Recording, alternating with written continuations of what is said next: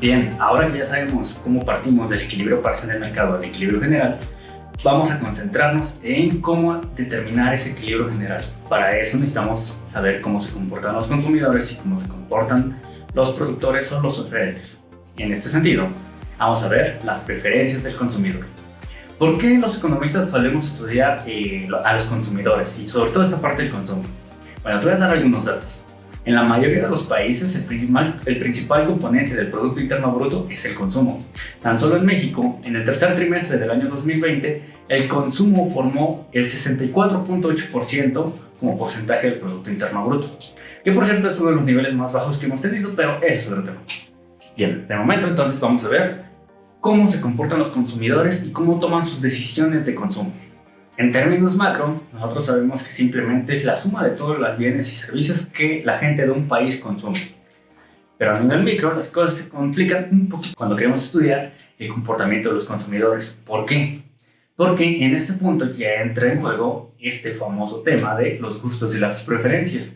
Para los economistas, para poder explicar este tema de los gustos y las preferencias, hacemos uso de la relación de preferencias. ¡Oh, qué apantallante! No, en realidad no, esto es fácil. Pero bueno, vamos a ver.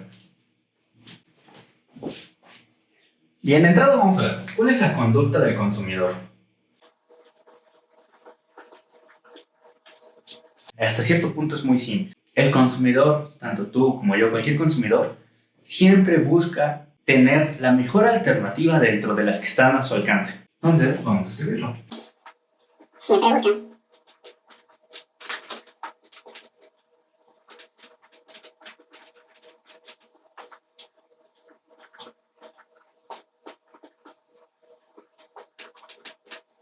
De hecho, esta premisa tiene mucho que ver con ese famoso concepto que los economistas utilizamos para describir a los consumidores y los productores, que son agentes económicos racionales. Porque bien, si es un bien, ¿quién no va a querer tener más de lo mejor? Pues todos, ¿no? Entonces, en este sentido, es que los agentes económicos son racionales porque siempre buscan, en el caso de los consumidores, optimizar su utilidad y en el caso de los productores, optimizar sus beneficios. Muy bien, ¿y cómo hacen los consumidores para elegir las mejores alternativas dentro de las que están a su alcance? Bien, para ello necesitamos definir algunos conceptos. Para que un consumidor pueda comparar entre las alternativas que tiene a su alcance, necesitamos el concepto de cesta de consumo. ¡Wow! ¡Qué pantallante! Pero bien, ¿qué es una cesta de consumo? Matemáticamente nosotros lo vamos a expresar como una X con patitas. Esto es una cesta de consumo. Oye, Abraham, ¿pero qué es una cesta de consumo? ¿De qué me hablas? Bien, este es el equivalente a tener la lista de bienes y servicios del consumidor. Así de simple. Cuando tú le quieras explicar a un niño de 5 años o a alguno de tus familiares que si un día tu hermano de 5 años, tu primito, no sé, tu sobrino, lo que sea, llega y te pregunta, oye, ¿qué es una cesta de consumo? Ah, bueno, tú ya sabes explicárselo. Ah, bueno, si quieres la explicación matemática, es una X con patitas. Si quieres una explicación más aterrizada que puedas entender, bueno, es una lista de bienes y servicios que tienes a tu alcance. En el caso de un niño de 5 años, pues podría ser una lista de sus juguetes, una lista de sus frituras favoritas, de su comida favorita o demás. Entonces, matemáticamente, una cesta de consumo la podemos definir como X patitas es igual a, bueno, vamos a ponerle X1, 3 puntitos, y XN, donde N es igual a 1, 2, 3, hasta N, ¿no? Aquí podemos tener 1, 2, 3, 4, 5, 6, 7 bienes, los que tú quieras comparar. Pero siempre X1 va a representar cualquier cosa. Por ejemplo, si tienes una cesta de consumo de celulares, pues puedes tener, no sé, diferentes marcas. Puedes tener un Samsung, un OnePlus, un iPhone, no sé, cualquier cosa, ¿no? Muy bien, definimos nuestro universo donde vamos a estudiar el comportamiento del consumidor. Y para esto, comparar entre todas las opciones que va a tener nuestra cesta de consumo. Oye, ¿y cómo hacemos eso? O incluso para comparar entre cestas de consumo, que es lo que habitualmente se hace. Ah, muy bien, para eso vamos a utilizar la relación de preferencias. Oh, otro concepto apantallante, wow. Relación de preferencias. Y la relación de preferencias nos sirve para comparar entre distintas canastas de consumo.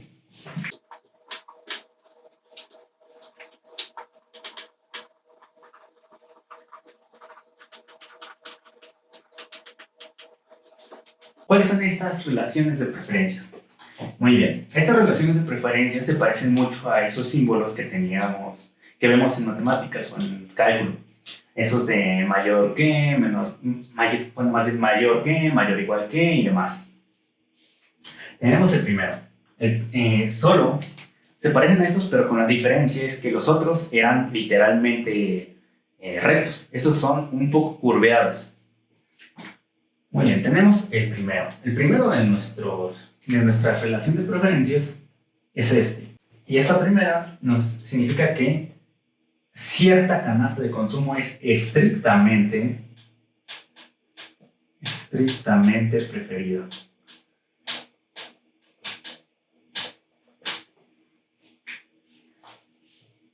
O si lo quieres digerir de una forma más sencilla, pues simplemente recuerda el más. Bueno, la canasta X es más que la canasta Y. O dicho en palabras de economista, es estrictamente preferida. ¿Qué es preferible? Que lo digas así porque somos economistas, ¿no? Y pues nos gusta apreciarnos con esas cosas. Y esta relación de preferencias lo que significa es que es indiferente.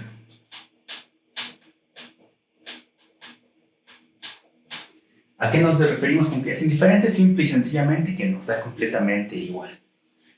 Ni siquiera no nos gusta o nos gusta cuál sea de las dos nos ofrecen más o menos el mismo nivel de satisfacción, nos da igual. Y finalmente tenemos la mezcla de estos dos. Esta relación de preferencias lo que significa es, ¿alguna idea?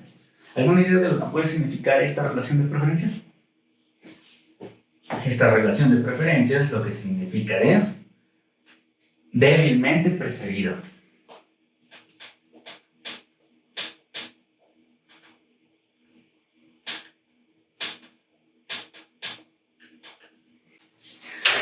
Muy bien, ¿y cómo funciona esta relación de preferencias? Bien, vamos a suponer que tenemos dos canastas o dos cestas de consumo. Suponemos que tenemos dos cestas de consumo. Aquí vamos a utilizar nuestra canasta X patita y Y con patitas. Muy bien, tenemos nuestras dos cestas de consumo, X patitas y Y patitas. Ambas contienen dos bienes. ¿Y cómo lo expresamos? Bien, matemáticamente lo expresamos como X patitas es igual a X1 y X2. Y Y patitas vamos a expresar de una forma similar. Y patitas es igual al conjunto Y1 o al bien Y1 y el bien Y2. ¿Cómo aterrizamos esto a un ejemplo de la vida real? Vamos a suponer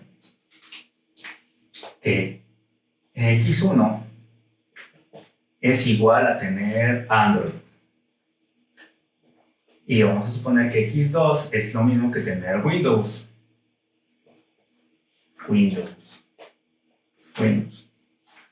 Ahora también vamos a suponer que Y1 es lo mismo que tener iOS y Y2 es lo mismo que tener Mac OS. Muy bien. Entonces, por simplicidad, para no estar escribiendo todo esto, nos vamos a enfocar en simplemente las definiciones de cestas. Pero nosotros ya sabemos que la canasta X contiene los bienes Android y Windows y la canasta de consumo Y contiene iOS y macOS. Entonces, ¿qué pasa si el consumidor nos dice, oye Abraham, por favor, modela mi relación de preferencias de la siguiente forma? Pon o escribe que la cesta de consumo X pon esta relación de preferencias con respecto a Y. Esto significa que la cesta de consumo X patitas es es, muy bien, es débilmente preferida a Y patitas. Es decir, al consumidor le da igual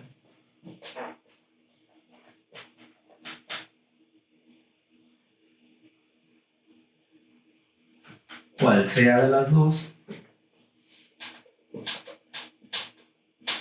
o prefiere X, o si tiene que elegir, prefiere X.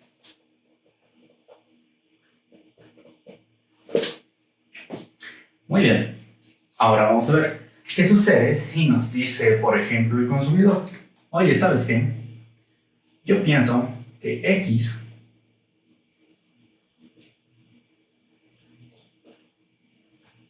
en mi caso es así. Entonces, esto quiere decir que la cesta de consumo X es, muy bien, estrictamente preferida a Y. Es decir, le gusta más Android y Windows que macOS y iOS. Y bien, vamos por la última. ¿Qué pasa si el consumidor nos dice que X es...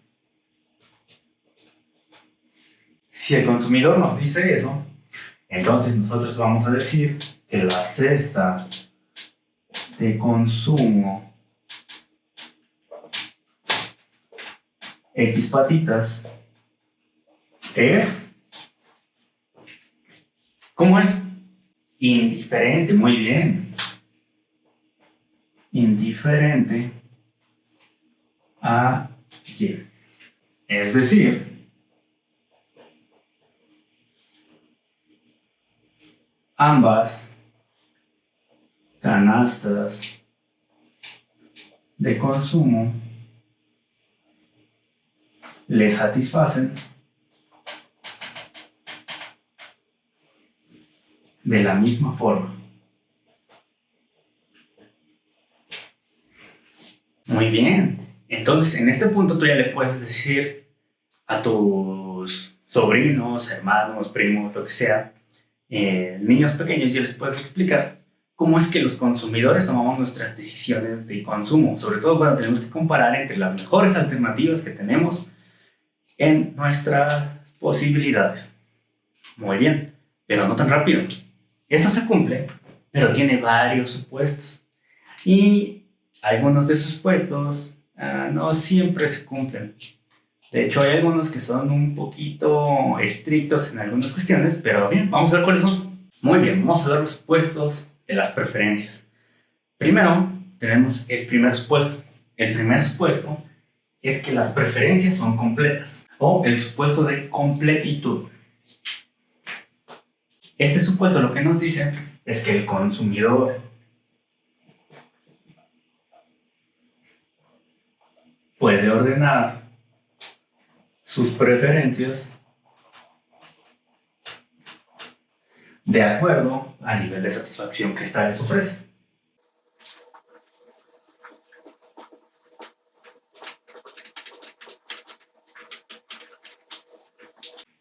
O dicho de otra forma, que el consumidor nos puede decir algo acerca de sus cestas de consumo. Vamos a retomar el ejemplo de iOS y Android. Bien, seguimos retomando que X está compuesto de X1 y X2, y que Y está compuesto, o la cesta de consumo Y está compuesta de Y1 y Y2. En este sentido, aquí tenemos Android, tenemos Windows, y aquí tenemos iOS y tenemos macOS.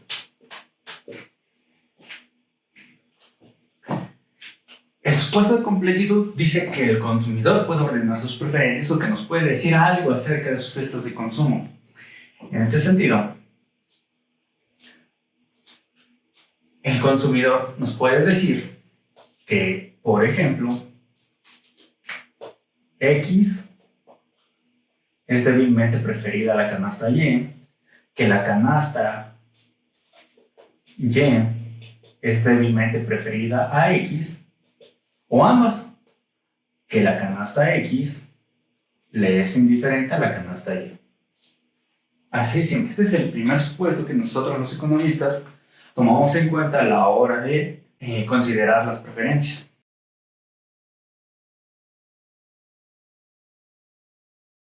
Que nos puede decir algo que es indiferente, que cierta canasta es preferible a otra, que es al revés o demás cosas. La pregunta del millón es, ¿esto se cumple? En la mayoría de los casos sí. Pero ¿qué pasa cuando un consumidor sufre demencia? Yo sé que es un ejemplo un dato burdo, pero también aplica, ¿no? En el caso de que un consumidor demente prefiera los males, pues ahí ya la cosa se complica un poquito, ¿no? Pero bueno, no nos metamos en los temas y seguimos con el siguiente supuesto.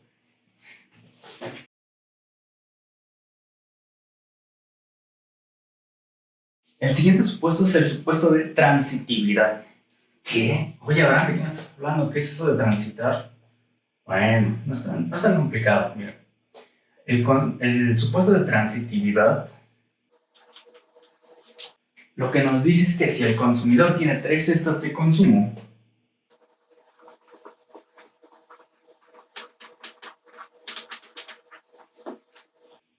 no sé, por ejemplo, que tiene la canasta X, tiene la canasta Y, tiene la canasta Z. Tiene la canasta Z. Y piensa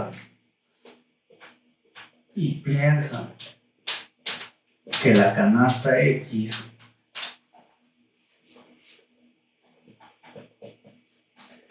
es al menos tan buena como y que la canasta Y es al menos tan buena como Z,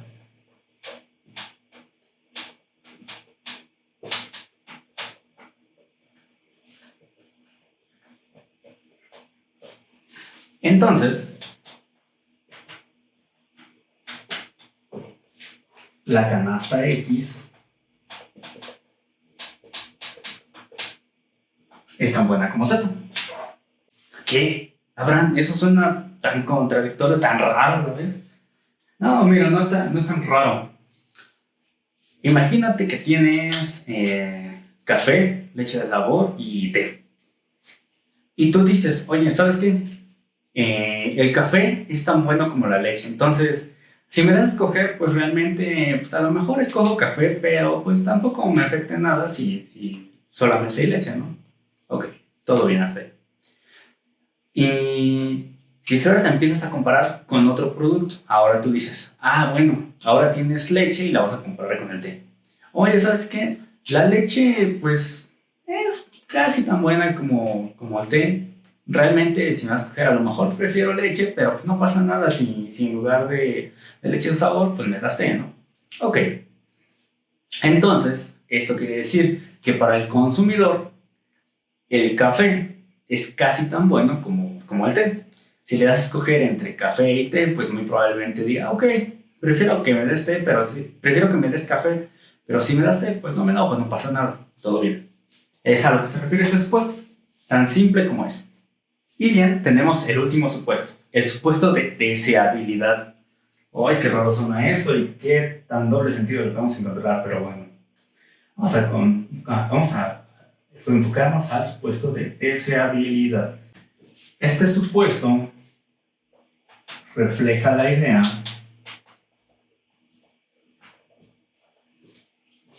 de que cuando se trata de bienes,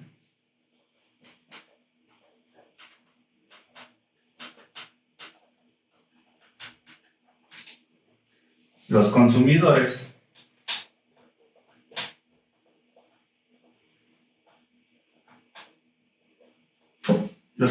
prefieren más que menos.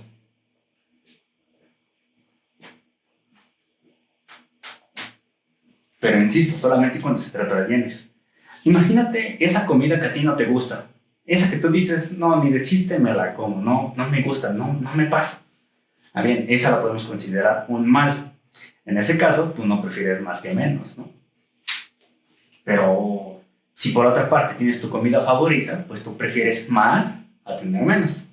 Pero ojo, aquí entramos en otro de esos puntos en los que en la teoría pues no siempre se cumple, porque si bien es cierto que los consumidores siempre prefieren más que menos cuando se trata de bienes, pues a lo mejor en el mismo ejemplo de la comida, a ti te puede gustar mucho el pozole y te comes un plato, te comes dos.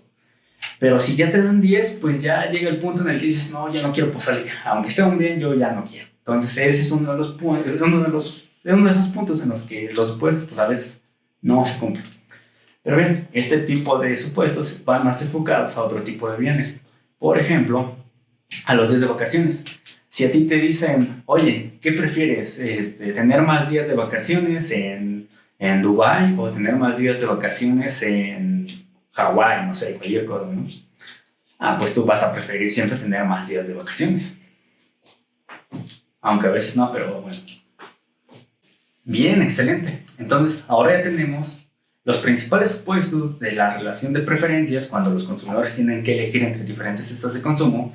Ya sabemos cómo se comporta el consumidor y ya tenemos las bases para entrar, ahora sí, a las curvas de indiferencia. Y las curvas de indiferencia es la forma en que los consumidores comienzan a optimizar sus utilidades.